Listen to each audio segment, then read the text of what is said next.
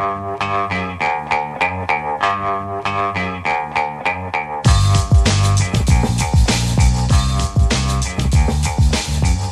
the Brian Lehrer Show on WNYC. Good morning again, everyone. Now we continue our WNYC Centennial Series, 100 Years of 100 Things, with thing number 21, 100 Years of the U.S. and Foreign Dictators.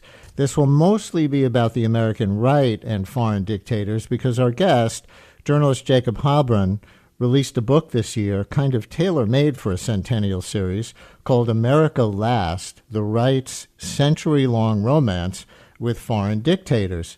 In his day job, Jacob Heilbrunn is editor of the National Interest magazine, which focuses on national security issues, and a non-resident fellow at the Atlantic Council think tank, which describes its mission as to galvanize U.S. leadership and engagement in the world. His previous book, which you may know, was called They Knew They Were Right, The Rise of the Neocons. And interestingly, Jacob Heilbrunn reminds us that he introduced Donald Trump for Trump's first foreign policy speech as a candidate at the Mayflower Hotel in 2016 in D.C.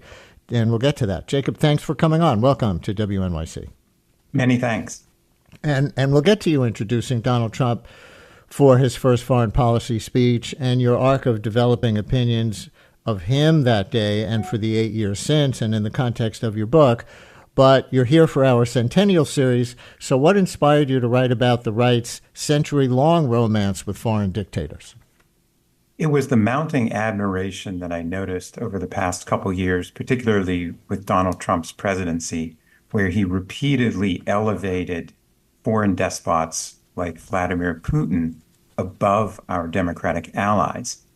And as I started to research and go back into the past, I realized that what Trump was saying wasn't new at all. It was a return to older conservative traditions that emerged during and after World War I.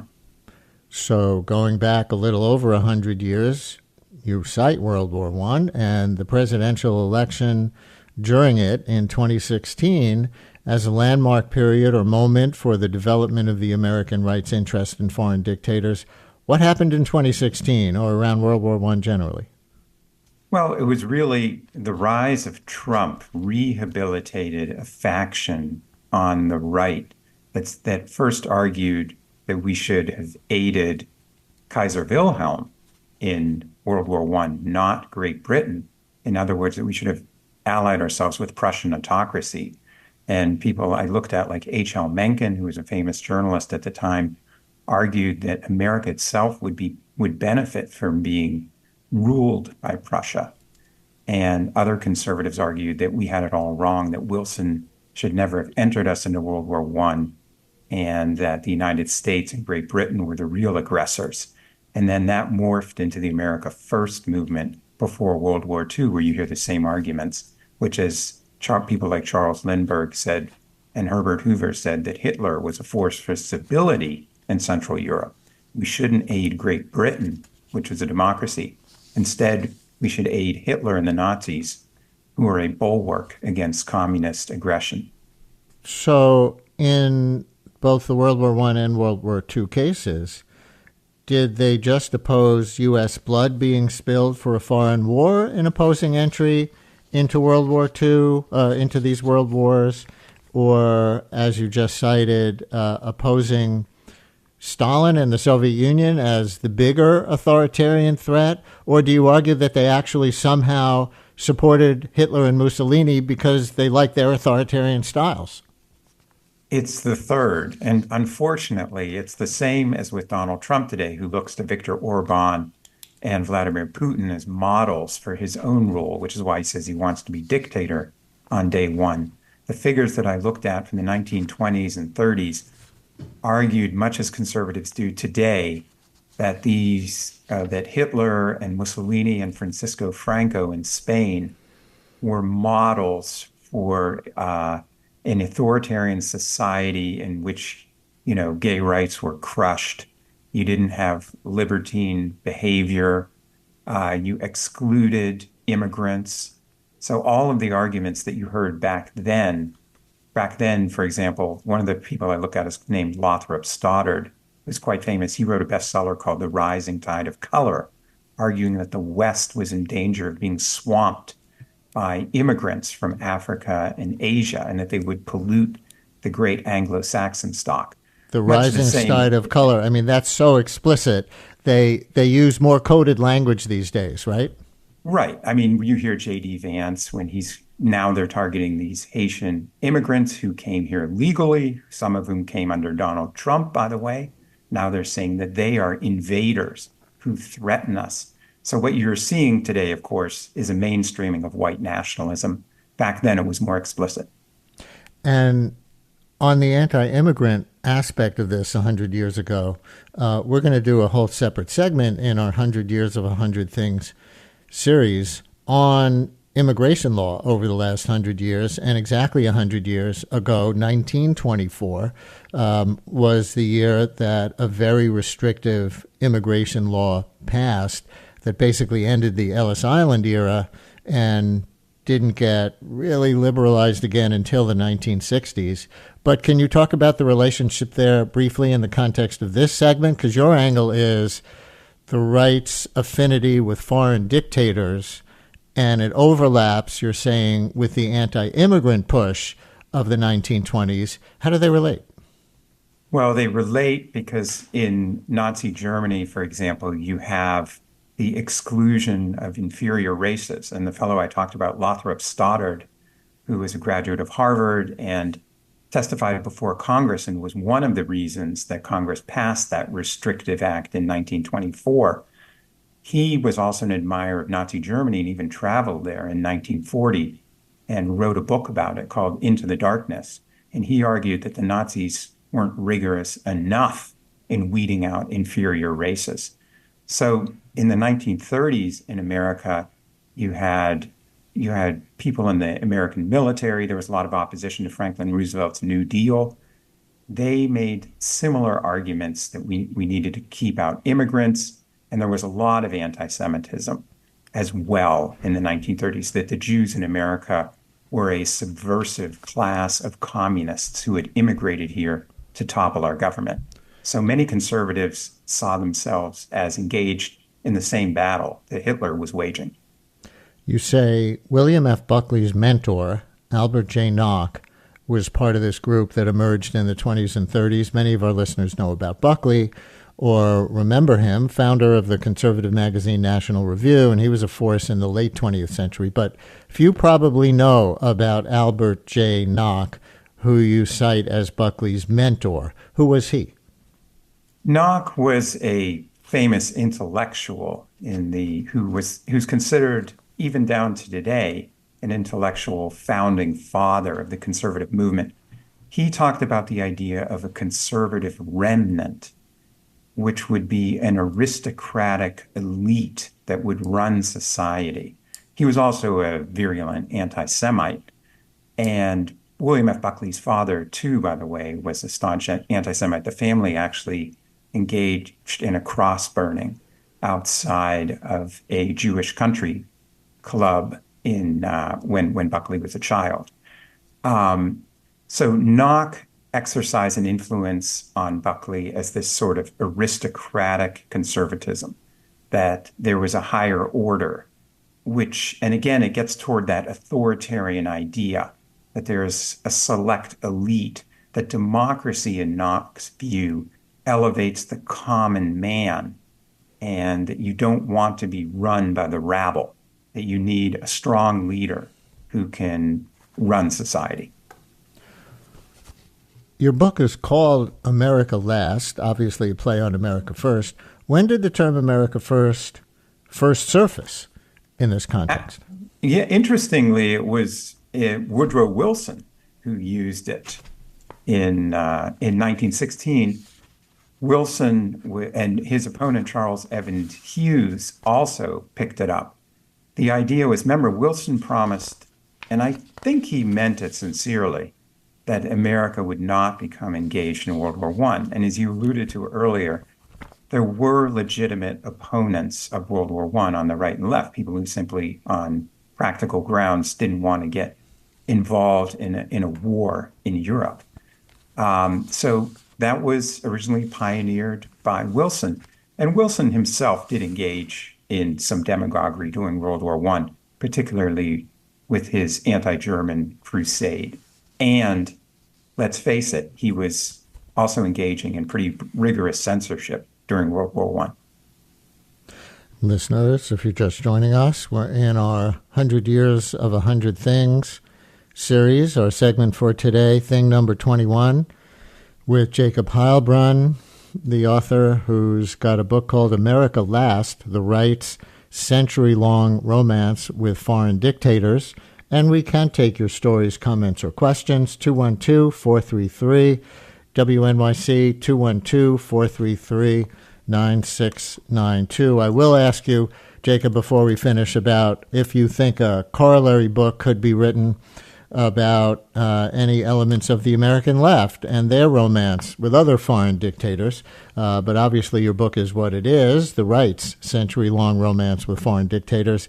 Listeners, if you want in with a comment, a question, or a story maybe from your own family's past, whatever, 212-433-WNYC,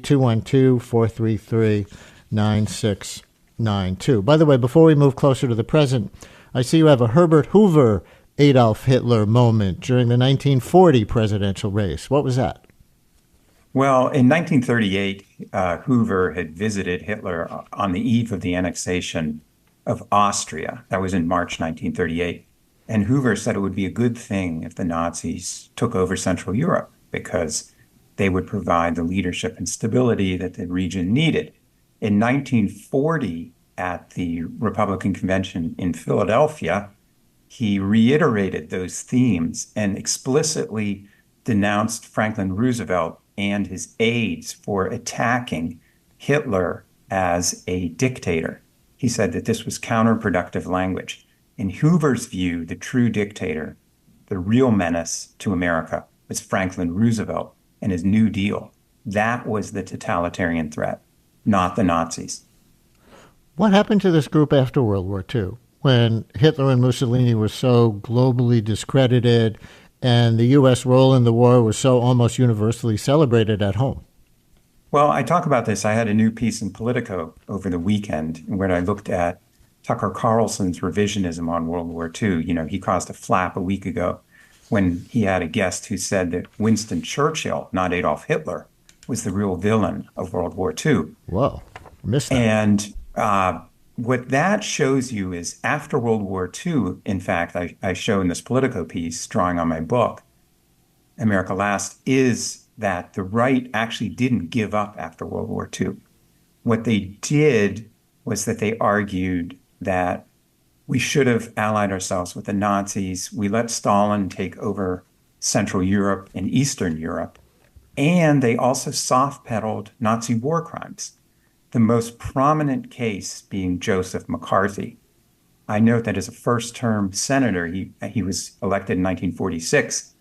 He went after the War Department and said that over 100 American soldiers had been massacred by the Nazis, an SS division called Adolf Hitler Division, had been massacred at the Battle of the Bulge in 1944 in December. And what does McCarthy argue? He goes after the military and says that Jewish investigators tortured these innocent Nazis, these SS men, and coerced them into confessions. There was a hearing and a subcommittee in the Senate that investigated this and decided that this was rubbish, that the army had acted appropriately in convicting these murderers. But McCarthy never gave up. And I felt that that episode was indicative of just how staunchly the far right was willing to go in sanitizing and whitewashing the Nazis. In pursuit of what, domestically? In pursuit of arguing that the liberals are the real traitors. And they often conflated Jews who tended to be liberal with communists, that this was a subversive force in our society. And that's what McCarthy did during the Red Scare as well. It's an attempt to demonize and marginalize your political opposition. And don't think that Donald Trump isn't doing the same thing today. when he talks about internal enemies in the United States. It's one of the perennial facts about anti-Semitism that Jews get vilified both as the capitalists who are coming to eat you and the communists who are coming to eat you, right? Yes, it is. Well, I've actually seen on my Twitter feed a huge amount of anti-Semitism directed at me for the Politico piece. And it is interesting to see that those sentiments simply do not go away. Tom in Metuchen is going to bring us from the World War II era to the next era in our 100-year history for this segment. Tom, you're on WNYC with Jacob Heilbrunn. Hello. Hey, yeah, fascinating conversation. I appreciate it. I'd like to hear the guest comment more on GOP support for right-wing dictators in the Cold War era as well. Because it leads to a lot of the problems that continue in parts of Central and South America, as well as the Middle East and Africa, that we sometimes even use the CIA to help out those right-wing dictators, and really ruined our reputation in those areas for many people for generations to come. Tom, thank you. And that is kind of the next era that you address in the book, going chronologically, right? I do indeed. I look specifically at Francisco Franco in Spain. I look at Augusto Pinochet in Chile, and the case of Jonas Savimbi in Angola. And I try to distinguish between Cold War realism, which was, some people might say, well, we need to support these dictators even if we don't like them. But what I do is I look at the right's fervor for those dictators, in fact, arguing in many instances that they are superior to our own American leaders and our own American democracy. And that is what I think is so fascinating, because that, as you noted earlier, parallels the left-wing admiration for communist dictators that emerged. What's so fascinating about this is that the right was no more immune to it.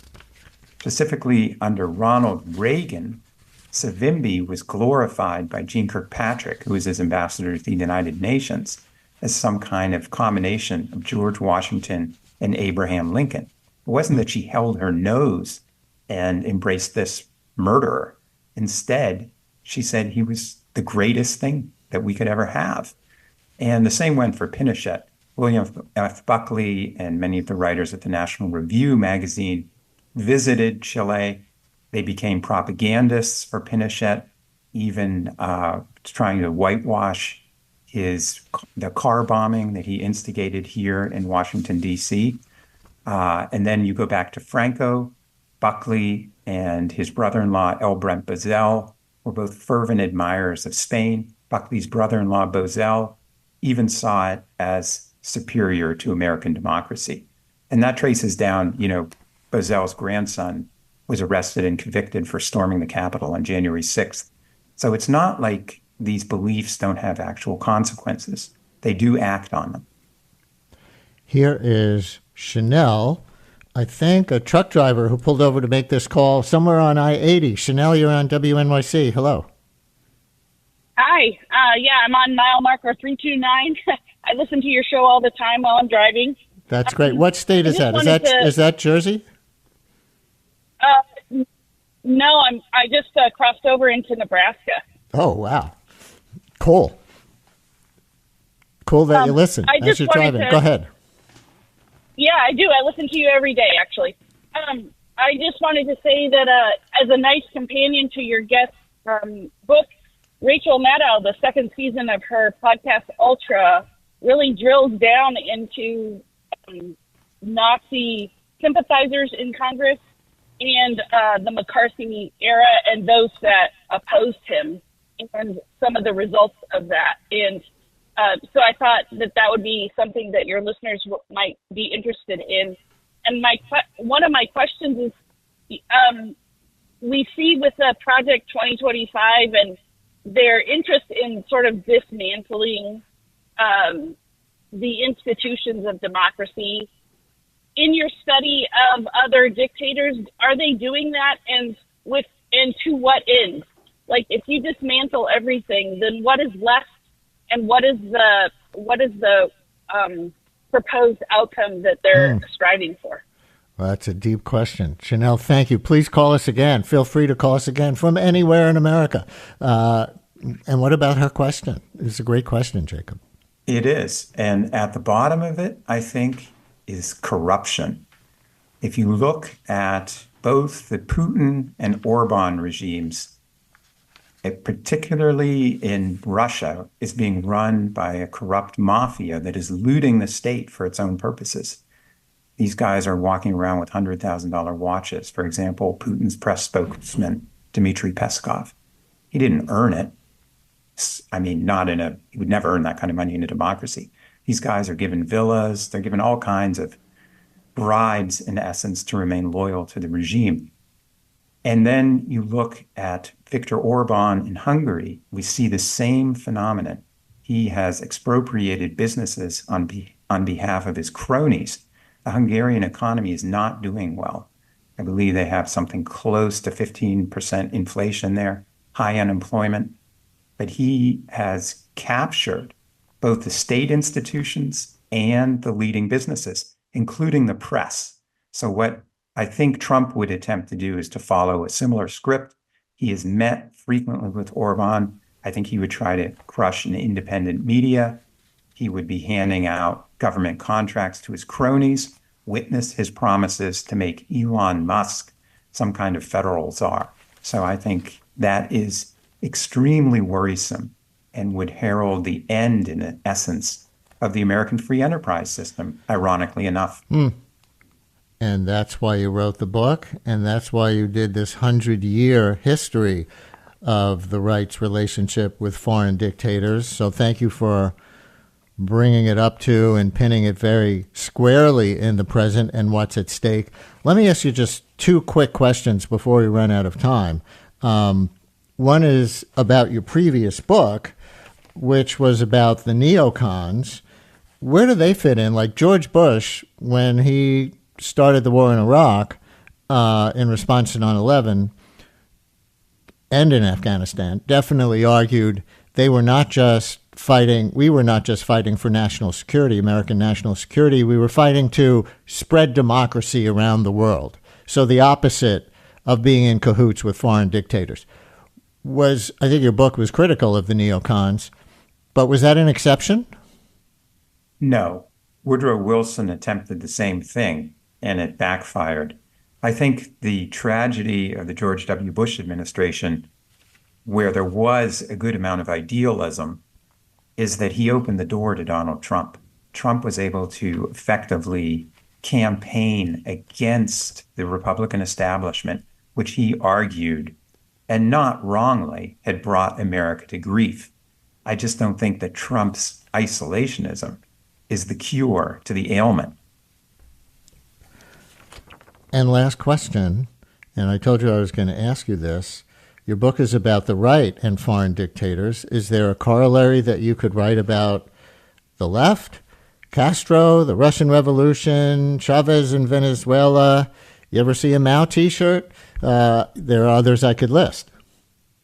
There's no doubt. In fact, it's been done. Paul Hollander, who's a professor at the University of Massachusetts, wrote a 700-page book chronicling in exhaustive detail the illusions and credulity of the left, beginning with Stalin's Soviet Union and then ranging through Mao's China and Vietnam. The left has not been immune to this phenomenon, but it never had the kind of power that Donald Trump and the far right exercised during his first term and would go even further during a second Trump presidency.